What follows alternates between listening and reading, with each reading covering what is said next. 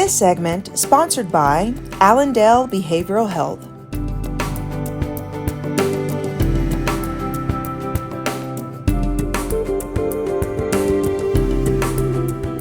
I am outside of Allendale Behavioral Health, which is an outpatient facility treating those who are suffering from mental health. Whether it's clinical depression, anxiety, or even PTSD, they have something for everyone. So today I'm going to speak with their CEO and Director of Community Outreach to learn more about their services and if it's a good fit for those who need it. Let's do it.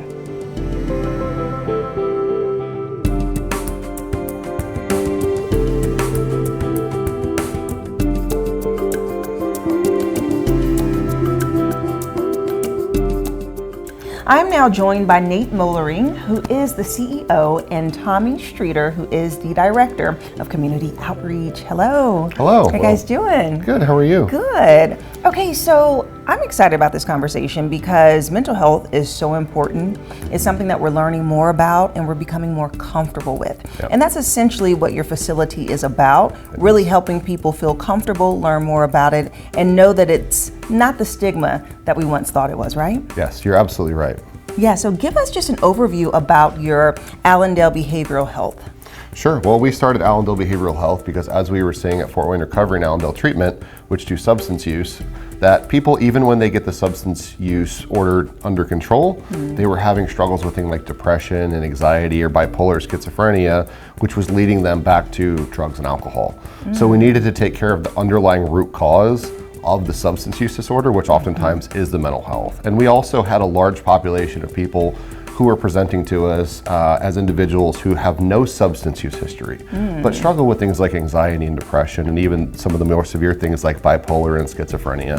And there was really nowhere for them to go other than an inpatient unit known as a locked unit, which would be acute. And so we needed to create some kind of subacute residential facility where they could go for 30 days or more to get their medications under control and to also find new coping mechanisms, kind of change their mental health, change their daily habits, or rewire the brain. Okay, so that's interesting. So this is solely focused on mental health, but you said your other businesses focus on the substance part. So we're taking the substance part out, focusing on the mental health. Where does that start? So before they even arrive to the facility, we do an assessment with them over the phone. We do a pretty good background, we want to get a good background on their mental health history, their physical health history, if they have had any substance abuse in the past. And after we get all that information, our medical team, our clinical team, they look over that assessment and they're the ones who make the recommendation on what they think the best level of care would be. Oh, wow. And then so what are your services specifically that you offer here? Well, it depends on the person. We like to make it as individualized as possible. That's why we have 17 beds, so we can kind of customize things as people need. Everybody's recovery journey, whether you're talking about substance use or mental health, is vastly different. So we bring them in and they get what's called a biopsychosocial assessment, which is a bigger version of what we do in the pre-screen. It kind of takes a snapshot and goes into detail on their mental health, their previous treatment history, their family history, and from there we build a customizable treatment plan.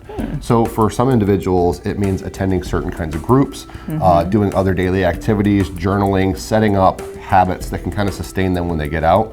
One of the things we also offer now, which is kind of, there's been a lot of research coming out that it's very helpful to people specifically with treatment-resistant depression and PTSD, is ketamine treatment. So we do that inpatient, whereas most programs do that outpatient. So you can have that introductory dose, see how it goes while you're under medical supervision. Right. And then what it does is it increases the neuroplasticity in the brain. So it creates the ability to create new neural pathways easier than it would if you just were doing it on your own. Yeah. So what happens is then we kind of come up with a plan on, and just an example would be like waking up at 5 a.m. and taking a cold shower, journaling, exercising a little bit, things to kind of get that dopamine and the endorphins going in the brain and start to do some new things. So it could look like a wide range of things. We have art therapy, we have physical therapy. Obviously, as I said, we have group therapy. A lot of individual counseling sessions go on as well, where people can get in there with their therapist and really dig into the core issues that brought them in the door, whether that's PTSD or any other kind of thing that's affecting them. Okay, so what would you say that really set you all apart from other facilities that may offer something similar? Well, like Nate said, most facilities that focus solely on mental health, it's going to be a very short 3 to 5, maybe 7-day acute stay. And then after that, until we opened up, they would go straight from that to an outpatient program where they'd see somebody 1, maybe 3 times a week. So Allendale Behavioral Health was created to be like a bridge between that acute stay. We're the subacute, 30-day stay, 5 to 7 days is not enough days, enough time to start a new medication and make sure that that medication is working for you. So this is a place where you can do that. And then once you complete that longer 30 or so day stay, then you would be able to follow up with an outpatient program. So the main thing, one of the main things that sets us apart is we're that 30-day stay. We're also able to treat pregnant women at our inpatient facilities. We're able to do IVs at our inpatient facilities if somebody needs that. And that's something that there's not anywhere else in northeastern Indiana that they're not able to offer those services. Yeah. And so when someone comes and it's for that 30 days, is that the standard? Like, can people come and get services for a couple of days and go, or is that just the all-around treatment time? It's 30 days pretty much across the board, and a lot of that is rooted in brain science. On the substance use side of things, it takes about a minimum of 30 days to reset someone's dopamine receptors and get them to a point where they're not in constant fight or flight. Yeah. The craving phenomena that happens, right, which is a cycle which occurs, which actually makes people feel like they're going to be physically ill if they don't receive the substance that they're craving. Same thing is true somewhat for mental health, where it takes time to undo bad habits, start to implement new habits that are healthy, as well as coupling with the medication and the therapy and all those things. So it creates a good time to build a new baseline for somebody. Also, the thing that we do is we offer aftercare solutions. So we really try to drill down with the person. When you leave here, what kind of support do you have? Where are you going? Where are you going to live? What kind of counseling are you going to receive? How are you going to get continuing care? So 30 days sounds like a long time, but it goes by very fast when you're trying to get all those things in place and make sure that person is wrapped in what we call wraparound services, like case management, like extra counseling, maybe group therapy when they leave. So they are there for 30 days, pretty regularly. So, and I know that this is a very intimate experience for them. You offer 17 beds. Who really is this program for? Is it someone who's thinking like, oh, I want to explore my mental health challenges that I may feel like I have? Or is it someone that's more severely going through a mental health battle that they're like, I need support? Honestly, it could be either. And a big part of that is that assessment that we do over the phone. Based on what they report, what they're experiencing, what issues they're having, like that's ultimately going to make that determination. But it really is for anybody. It can be for somebody that is having that, depression and anxiety so bad that they can't hold down a job, they can't perform their activities in daily living, things like that. They're not getting out of bed because they're so depressed. Or it can be for somebody who has tried outpatients before that haven't worked out. They've tried different medications and haven't found one that's working really well for them, but maybe they are still holding down a job, they have their families and things like that, but they just want to work on themselves and work on feeling a little bit better. So it could be for anybody that's struggling at any level. And is it, how does it look on a daily basis when it comes to those 30 days? Are they only at this facility? Are they still able to leave, go to work, and do other things in life? They're primarily in the facility during that 30 days. We do have the ability to transport people to outside doctor's appointment, physical therapy appointments, those types of things they may need. But most of the time they're in the facility, they wake up about 7 a.m., have breakfast, which is provided for them, and then they go through group therapy from about 8:30, 9 o'clock to 2:30, 3 p.m. in the afternoon.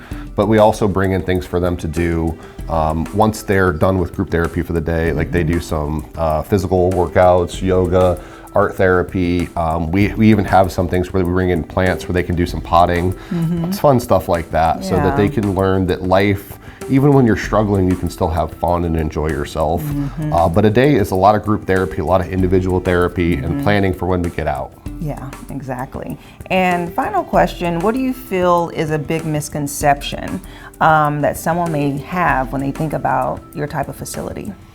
I think a lot of people would see it as a very sterile environment, one that maybe would be highly restrictive. We don't look at it that way, and you guys got a chance to tour the facility and see it a little bit. We want it to feel very homey, kind of just like you're staying at a hotel. Right. Not like you're staying in a hospital or a psych ward. So I think that's one of the biggest misconceptions. People look at it as very scary, especially people who have struggled with mental health in the past, who have been in psych units, maybe on a 24, 48, or 72-hour hold.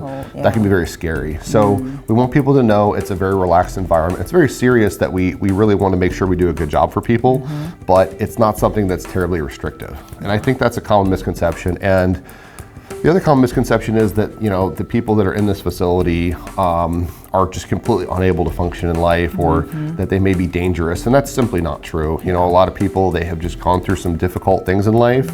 We've had individuals come through who just suffered significant loss, and that was kind of the impetus for this slide towards whatever mental health crisis they may be in, and they just need some love and support in the meantime to get back on track. Yeah, well, thank you both so much. Yeah. It's been such a pleasure learning Absolutely. more. Thank you. Thank you. And if you would like more information about Allendale Behavioral Health, we'll have their website listed below so you can learn more and give them a call. And I'll see you after the break. This segment sponsored by Allendale Behavioral Health.